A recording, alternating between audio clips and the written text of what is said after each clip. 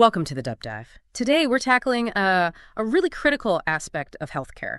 What happens when you actually leave the hospital? Yeah, the discharge process. Exactly. You've given us a fascinating set of sources, articles from PMC, NCBI Bookshelf, a consultancy viewpoint, and even a study focused purely on what patients think. Right. So our mission today is to kind of pull out the most important stuff from these, to really understand how we can make that whole hospital discharge thing, smoother and, frankly, safer.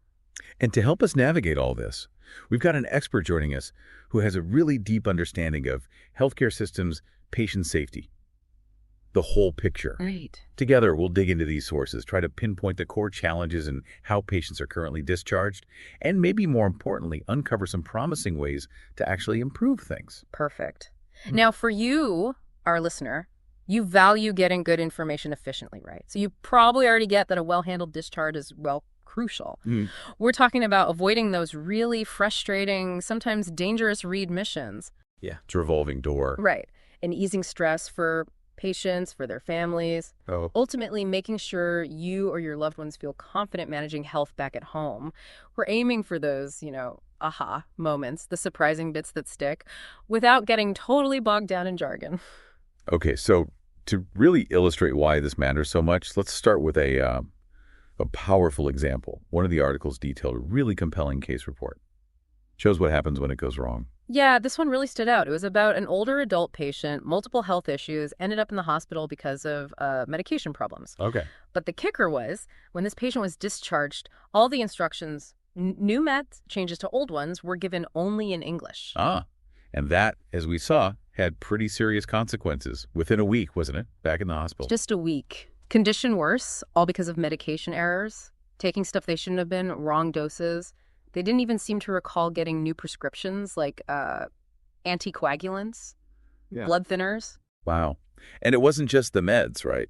The report mentioned their functional status declined too. Yeah, significantly. This person who was independent before now needed a wheelchair because of weakness, pain. It really shows how these errors can just snowball, affecting someone's whole life. It really does. But what's interesting is what happened after the second discharge. Right.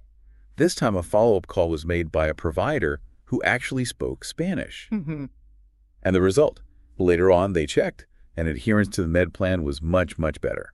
It just hammers home how vital language access and, culturally appropriate communication really are. Absolutely.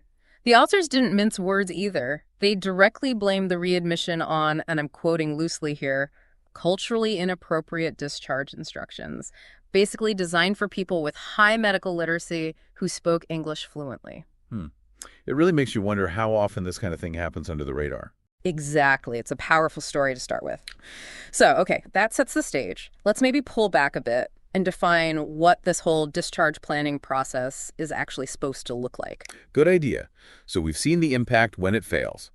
To figure out how to prevent that, let's get clear on what effective discharge planning actually involves based on these sources. Okay, so fundamentally, it's the process of getting a patient ready to leave the hospital, right? It's not just signing papers at the last minute. Not at all. Ideally, it's proactive. Starts pretty soon after admission, actually.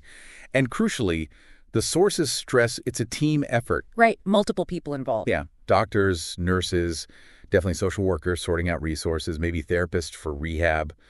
They all need to be sort of on the same page. And the main goals of getting this team together, what are they aiming for? Well, the big ones are ensuring a smooth, safe transition, whether that's home or another care facility, making sure medical treatment continues without gaps, preventing those avoidable readmissions, which are, stressful and expensive, and ultimately just setting the patient up for the best possible well-being once they're out of the hospital's direct care. So that's the ideal, a well-oiled machine.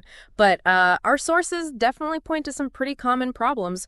Where do things tend to fall down? Well, a huge theme, it comes up again and again, is just ineffective communication. It can break down between the different professionals involved or, critically, between the providers and the patients and their families.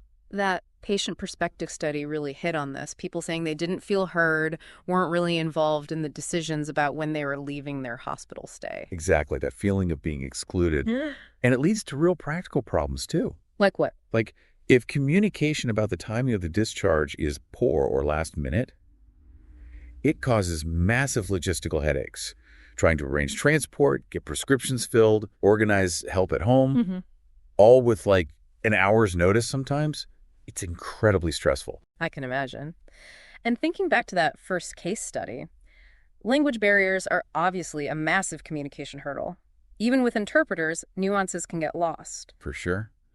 And beyond communication, another big worry highlighted is that patients often feel just unprepared, not ready to manage their own care at home. That makes complete sense. You go from 24/7 support to suddenly being responsible for everything: meds, maybe wound care, using equipment. Right. Patients in that study talked about needing much clearer, simpler instructions.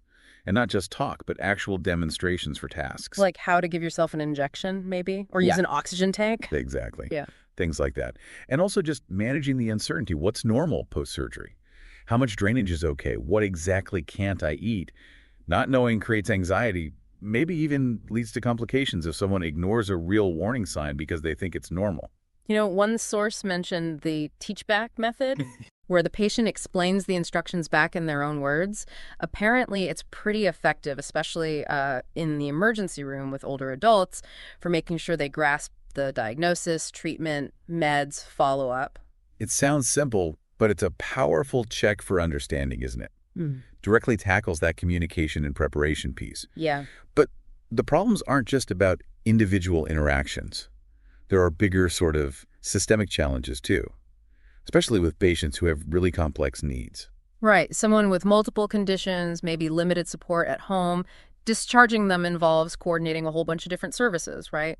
Healthcare, social care. Precisely.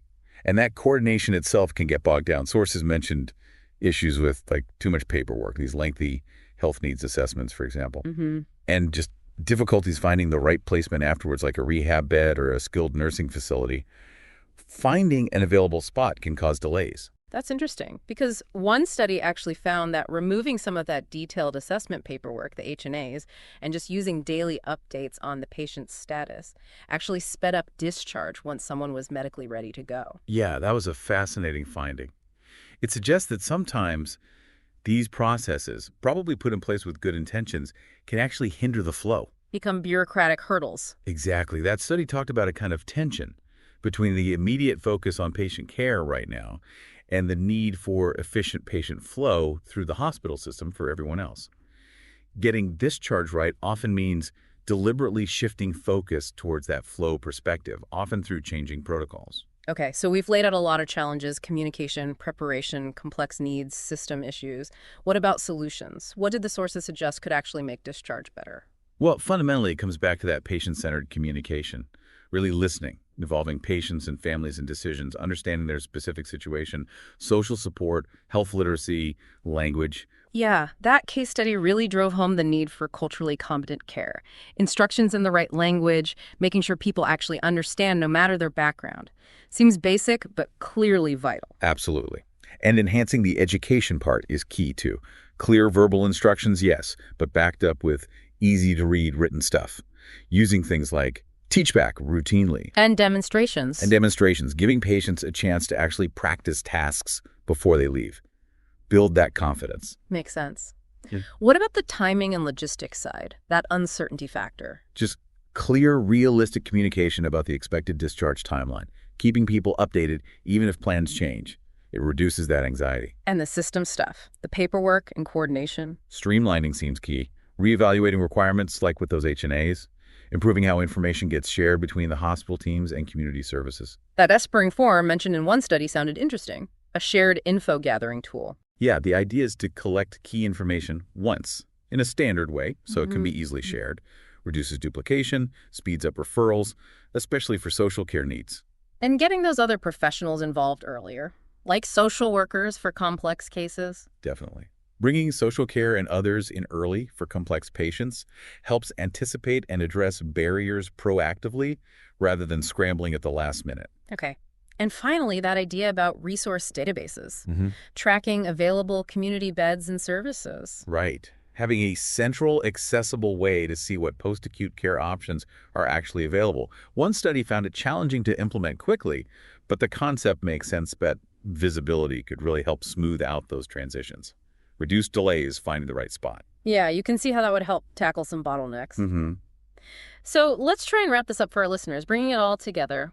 What are the key things to take away from this deep dive today? Well, I think the main message is that hospital discharge isn't just, the end of your hospital stay. It's a really critical part of your whole healthcare journey. And your role in it matters. Absolutely. Your active involvement is important. Pay attention to how clear the instructions are.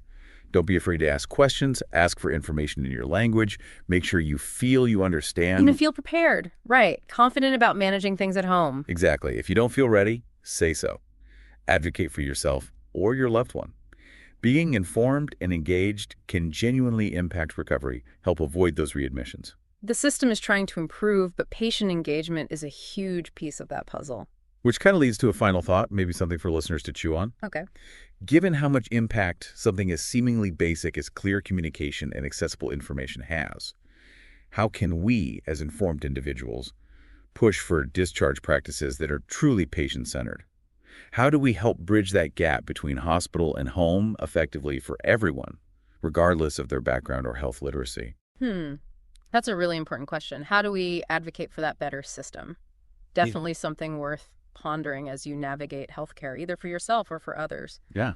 Well, thanks for joining us for this deep dive. Really insightful stuff.